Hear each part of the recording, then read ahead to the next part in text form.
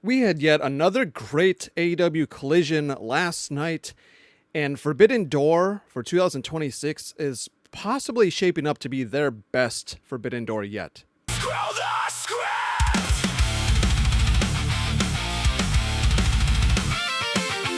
Welcome back, everybody, to Screw Script. I'm your host, as always, Maverick. Thanks for joining me this Sunday evening. Happy Father's Day to all of you who are listening who are fathers, and well wishes to your fathers. And if any of you have lost fathers, my condolences to you. This is going to be a shorter video. I'm quite busy today on Father's Day with my kids. But let's get into what happened last night on Collision and the stuff that we have added to Forbidden Door. We saw the Hurt Syndicate back, and I would like to see them more and more on TV. I would like to see them back in the title picture. They picked up a dominant victory and MVP with a great promo afterwards, getting the crowd all hyped up, singing their song. Gotta love that. Pac was in action against some tree trunk of a fucking guy. I don't remember his name, but he was very entertaining in the ring, actually. I hope to see him more, maybe in ROH or one of the other promotions that works with my AEW, which we'll get to that in a minute. Mystico and Dante Martin put up a great match. Dante is still very young. From Minnesota, where I'm from, I'd like to see more of Top Flight as well on TV. Maybe finally get a tag title win between the two of them. That would be great. Or Sky Flight, maybe a trios titles with Scorpio Sky, something, because I think they're well deserving of it. They've been workers for AEW for years now. They both brothers have gone through setbacks with injuries, but I think their dedication to AEW and just the learning curve that they've had over the years, I think it's well worth it to have the titles on them at some point. Statlander and Mina had a great match for the survival of the fittest for the TBS title. Sort of tournament qualifying match that they had. Chris Statlander came out on top. Fun little promo by them backstage. Zack Sabre Jr. was featured, beat Adam Priest. He had a great spot over the top rope, like armbar. Great technical wrestler in Zack Sabre Jr. Him and Omega at Forbidden Door is going to be a fucking banger, and you know that. The Elite versus a Lethal Twist was actually my second favorite match of the night. I really like Blake Christian. Very young, same with Lee Johnson, but of the two, Blake is the one that really stands out. He's the star of the trio there. I do wish to see him, and maybe going into 2027, featured on AEW Dynamite and Collision more, and maybe winning a singles mid-card title like the National Championship or the TNT Championship. But the Bucks and Jack Perry pick up a win. Jack Perry's got a contract coming up. I think I mentioned in my last video. I think both him and Anna Jay are pretty much a shoe-in to re-sign. As you see that both are being utilized more again on TV, especially Anna Jay, just resurfaced with Ty Mello and Ty J. So I think it's likely that both will re-sign, and they're a package deal since they're together. And so I'd like to see both of them kept in AEW. And then main event, the women's match stole the show. Again, the main event between Athena and Maya World. Holy shit. I know I said last week in a video that I'd love to see Maya World win it all just because of her character, how great of a person she seems to be outside of the ring. Very giving, very willing to learn, a great worker in the ring. Yes, she's a little green, but she's also very young. And she pulls up probably the upset of her career by beating Athena in a interesting roll-up combo. The crowd loved it. They ate that shit up. And then you saw Athena pull like a crocodile tears sort of thing is what Schiavone said as Mercedes came out. And for a little bit, I thought Mercedes was kind of a tweener these last few weeks after she returned.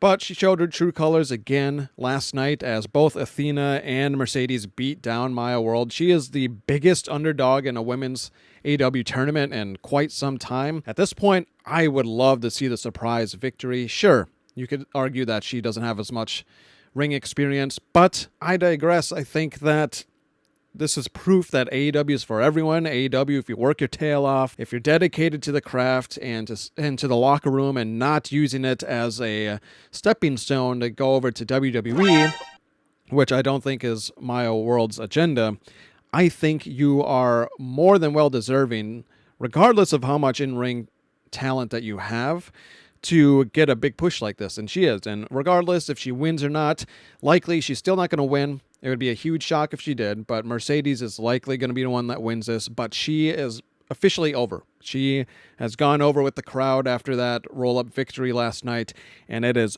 beautiful to see. Maya World, well-deserved to you, young lady. Some other news on my AEW now real quick. Sean Ross Sapp has confirmed that there are still promotions to be announced for my AEW. More news over at Fightful Select if you're subscribed to that or if you follow him. But let me know down below what your favorite Collision match was, and also let me know what you think is going to be added to my AEW still. I would love to see an MLP or MLW. Those are the two big ones still out there. But we have other smaller promotions that could definitely be added. So let me know in the comments what you think is going to be added. As well as their deal with Tubi. I know I brought up Amazon. There's a fast watch option for Watch AEW Fast Channel, also on Tubi everywhere. And Tubi is free. You just got to make a login, and you can watch it. They're streaming non-stop repeat episodes of Dynamite, Collision, Rampage when they still have that. It's great to see. My AEW's website, if you go on there, it's not complete yet, but again, they're working on it. It's brand new still. It's an infant still. And there's more and more product that is added to it every time I go and check on it. The interface could be a little bit better too. But again, they will perfect their website as it grows. I think this is probably the most successful thing that AEW has done for the company. That is, in terms of promoting. Their Fight Forever video game was mixed reviews. I tried it out. Personally, I didn't love it because as fun as it was and as wacky as it was and the style of it being like older video games, it just didn't have enough material on there, not enough to really draw me to stay. So I downloaded it, I believe, on my PlayStation not too long ago, and I really haven't played it much since. So this Watch AEW is great. MyAEW.com is phenomenal, and I'm excited to see where it goes from here. For Forbidden Door, we had some other matches announced. There's the updated card for you guys to look at up there. This is going to be a fun show, I think. Tekla recently returned to Stardom and attacked President Taro for firing her, and that just further escalates it as she faces Starlight Kid from Stardom coming up soon. Just great heel work by Tekla. I think she's the greatest women's champion right now in all of pro wrestling. I think she does everything really well. She's great in the ring, great on the mic, and so I'm really excited for this match at Forbidden Door.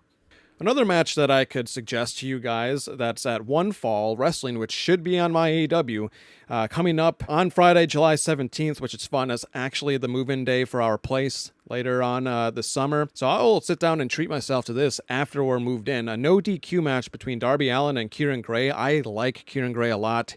He is a rough and tough sort of fighter, a brawler, a striker. He would fit perfect in the Death Riders with Moxley, I feel like. I do really like him in the ring, so I think him and Darby Allin are going to have a great match. And again, you can check that out on One Fall Wrestling. This is their second match actually together. The first one was also great, so I'm expecting greatness from these two in the ring. And like I said, it should be available on my AEW. And then MLW Fusion. Here's the card that happened last night. If you haven't watched it yet, give it a shot this weekend, maybe this Sunday night or later on in the week. But it was a good card. I caught it this morning, actually, and I really liked it. My favorite match was the Austin Aries Blue Panther match. Blue Panther's fucking timeless. I don't know how that dude still does it at the level that he does it at his age in the ring, but it was great to see him do that. Hammerstone, just a fucking beast in the ring. Imagine him in AEW teamed up with Brian Cage. Holy shit. Those guys would be unstoppable. I've got one thing for TNA, one thing for WWE real quick. TNA... After releasing a bunch of wrestlers, releasing a bunch of people behind the scenes, they had this tone-deaf, I don't even know what to call it. This is just headache-inducing. They're expanding its street team and looking for motivated fans in Boston, Albany, Philly, and Chicago. Street team members must be 18 plus, will help promote upcoming TNA live events by hanging posters, distributing flyers, and more. You know what that says to me? Absolute fucking desperation of a product that cucks out the WWE and L's ass. That is TNA to a T, and that's the news that I have for you on them. And for WWE, literally just this clip. SummerSlam. Oh. You're not missing much over there. And now on to the DDT segment of this video. DDT! I have two of them. First one, the daily double take that I agree with. House of Glory is leaving Triller due to an ongoing financial issues. Their last stated shows tonight. Anyways, Inferno is the name of it. Down below, this person goes, JD not going to be able to sleep at night if he's on commentary of an app for my AEW. That's a good one. That deserves a great shout out. And then my DDT for the Daily Dumb Take is none other than the clown from New York himself. Take a look and read this. Basically saying that Dynamite sucks, viewership's down, blah, blah, blah, and it should be failing. And I think he's honestly just on the start of a major crash out because House of Glory probably is going to be one of the promotions added to my AEW, and you love to see this clown upset over that. And for those reasons, that's why he's this video's DDT. That's all I had on this episode of Screw Script. Let me know down below your favorite part of Collision again, and what upcoming independent matches you may have to shout me out to watch. As always, this has been Maverick with Screw Script. Thanks for watching.